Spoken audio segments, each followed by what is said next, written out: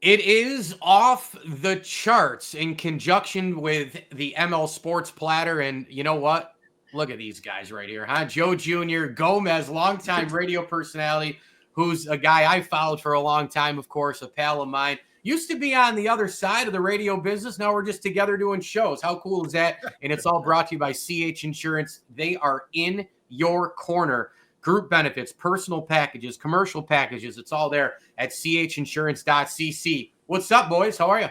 Good to see you, Michael, Joe. Hey, everybody. Gomez, great to see you. It's nice that you're not interviewing us for a change. Yeah, this is kind of weird on the other side there. And I know we'll talk probably about it a little bit later, but I haven't seen you guys all at the same time since golf last summer. I know. That was That's a great always time. a good place to meet. Yeah, I just wish I could have hit a couple of putts when we met on the golf course that day for sure. But Gomez, listen, if you ever do want to interview me, I'm totally down. I'm looking. I'm taking notes right now, literally. All right, good. So I wanted to start with you specifically because I always love talking to the longtime people in the business, right? I mean, the industry's changed so much. When you did radio, not quite during World War II, but, a long time ago. I mean, you think about the technology now and the way it's developed and the changing of the industry and social media and the video audio parts now and so many things that have developed into where we are today. Take us through your timeline, the changes, your career, however you wanted to kind of rope all of them in and kind of where you see the future of media going from your seat. Well, from the start, I mean, it was really old school, records and 45s and albums, and sometimes they skipped, but that's what we had. That's what you played as far as the music on the air. And I know one of the early stations that I worked at, it was a little facility up in Fulton. It's now a country station, but at the time it was a top 40 station, but it was literally just a transmitter shack. And it was so small. The bathroom was one bathroom in the whole the building, and the bathroom was in the studio. I mean, the door to the toilet was like right behind where you sat on the air. That segment stinks, huh?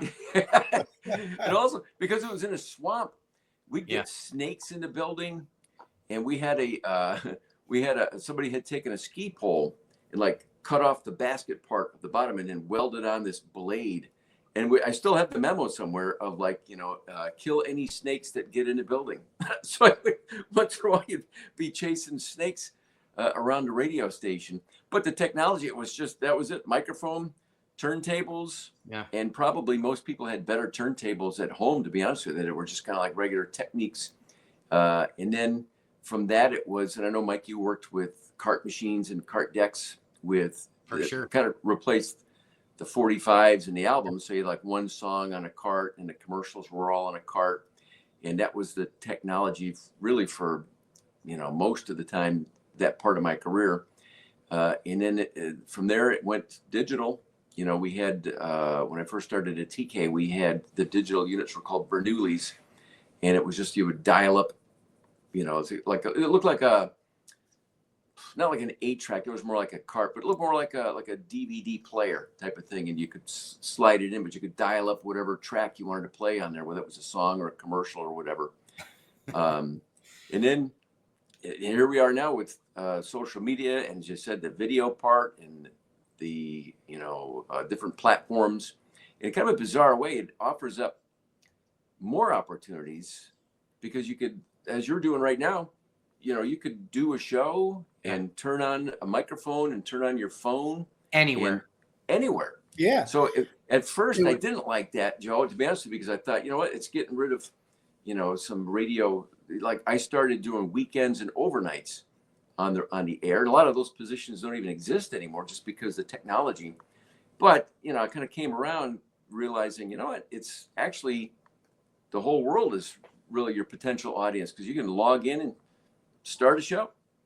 Well, and you're right with the views, the sharing. I mean, Gomez, if you remember the idea we had during the COVID years, we created Survive and Thrive. I was thinking, and you were like, how's this going to work? We had to convince Ed Levine. If you remember, we did radio for 2 or 3 minutes, and you extended it for the other 6 to go And it was just something that, you know, you didn't hear about, and the things that you can do today. And you're a radio morning host, right? And one of my questions is, Galaxy Media has SU Sports now. You have Twitch, you have event planning, you have all this stuff, and they're leveraging obviously your personality, and it's got to feel real great to do that. So, you know, my question is, how do you maneuver all the different things that you do, from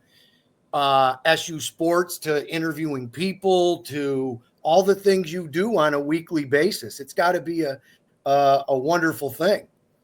It is fun, and it's, you know, I have in the house here over by our phone calendars, old school, fill it out, and sometimes the calendar, if I had it in front of me, I'd show you, but just like the stuff every day, whether it's an SU basketball game at night, a coach's show at night, a tailgate broadcast, an event like this weekend is the CNY Brewfest, and at first, to be honest, it was kind of like overwhelming, just kind of trying to keep up with all of the changes in the way everything is just kind of evolving, but they all kind of meld together. In our instance at Galaxy, for example, like if we do have an event, whether it's the Taste of Syracuse or the Brewfest, we have the ability, obviously, kind of like a megaphone, to go on the radio part, talk about the event, to promote and get people at the event. And then while we're at the event, take some video and make a little show of video, like Food Quest, like I do those videos outside of the Taste of Syracuse. I'm just using that as the example. So out of that one event, I can get some digital content, audio content, guests. If there is a headlining band, I'm trying to go over the years, like 38 Special was a headliner one year, and the Marshall Tucker Band, we were able to get some of the guys from the bands to join us on the radio. Again, it's great content for us, but then also to promote the events. So that they all just kind of, you know, it's like shuffling the deck. It all works. It just all fits, but they all kind of feed off of each other. Yeah, that's really cool. Go ahead, Joe. Well, Gomez, how long have you been doing?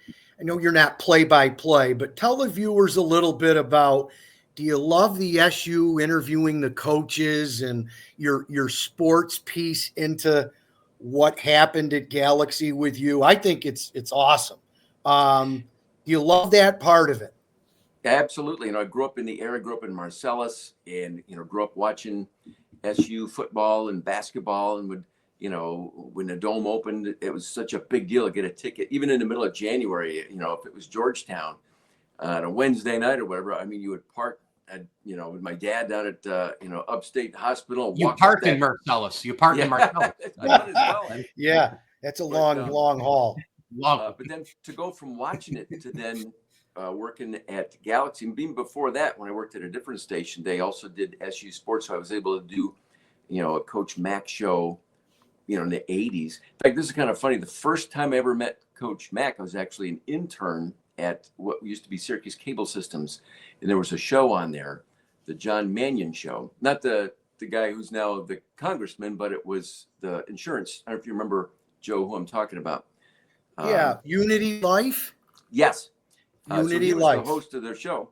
And the very first show with Coach Mack, it was just in a little studio up at Syracuse Cable Systems down on like Onondaga and Salina Street. And it was just a pretty plain studio, black curtain, 2 chairs, and a telephone. And so people would go on. It was a live show, and you could call and talk to Coach Mack. And I remember Mannion introducing it, you know, "Hi, welcome to the John Mannion Show, Unity Life. I'm here with Coach Mack. And if you have a question for Coach Mack, we're here at Cable Systems channel," whatever it was. And he gave out the phone number, and there's no phone screeners. It's just a phone ringing.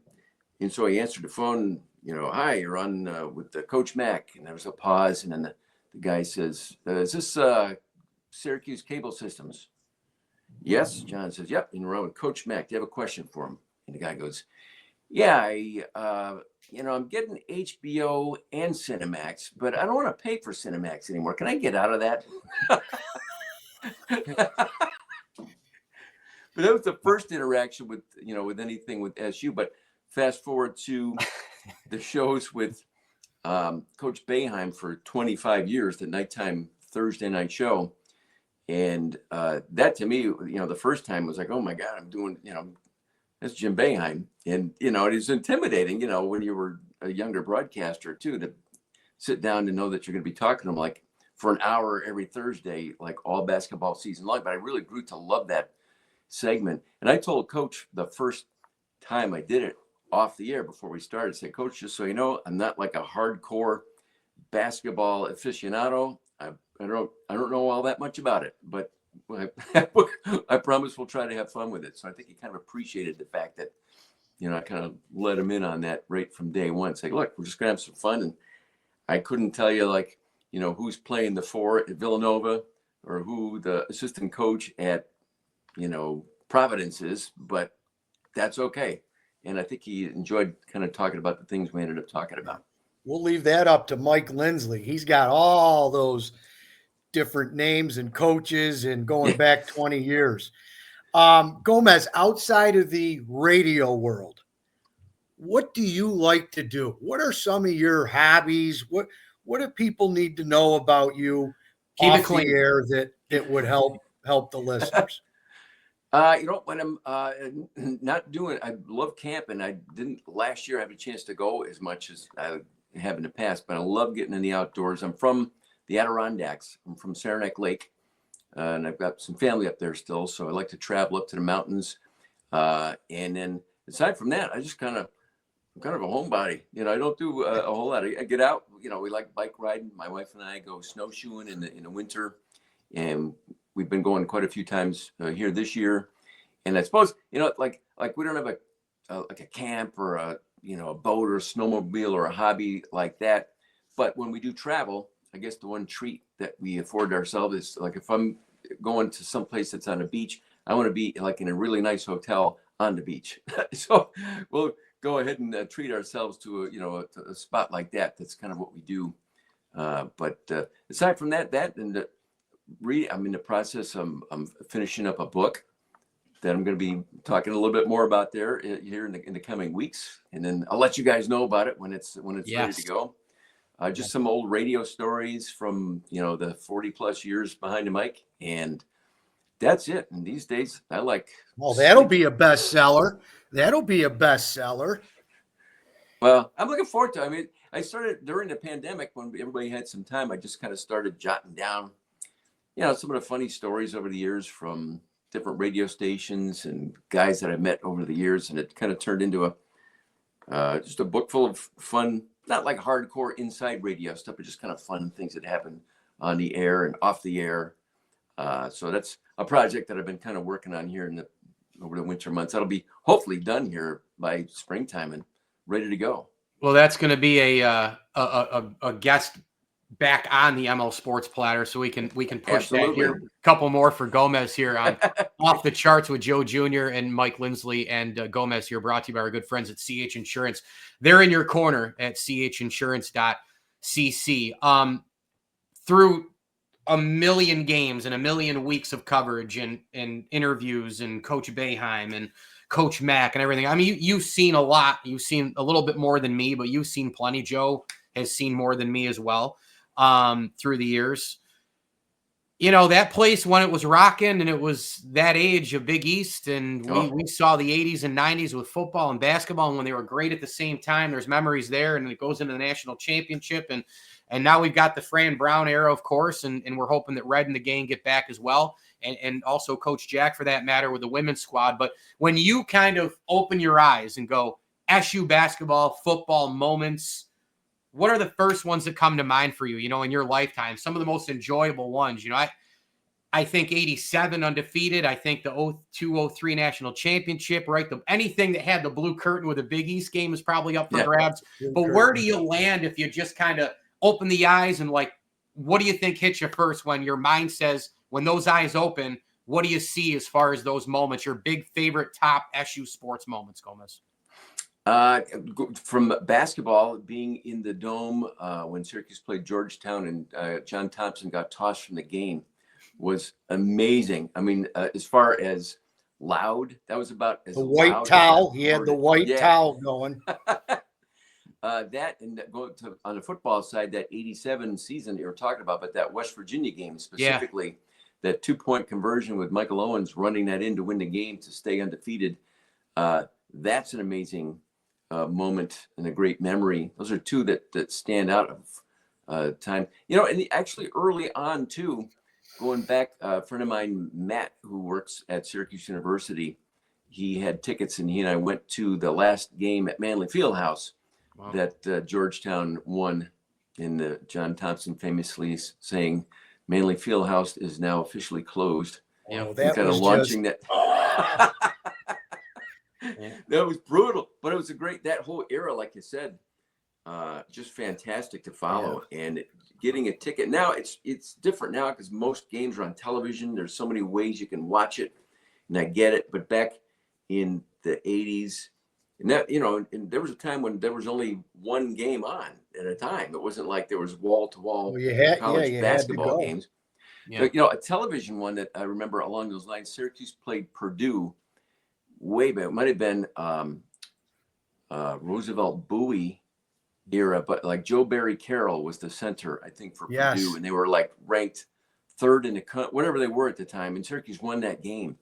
But as far as watching an early game on television, that one jumped out. That comes to memory as a big moment, I think, that helped build. I've told Mike this. 1975, my parents took us to the airport, and I had the signs when they came back from the Final Four. Remember their first Final Four? My sister loved Jimmy Lee. I was like Bug Williams fan, and that was my memory. And then we were talking about it this past weekend. Jerry Mack's last game, when the dome was just jammed, when there had to be 8 bus loads from Scranton that came up, and that dome, I think, had 37,000 on his last senior game.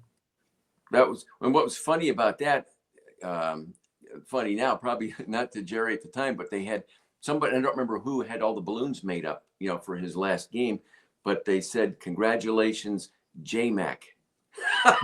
Amen. Yeah, that was a great game too. That was Villanova. That was a great game.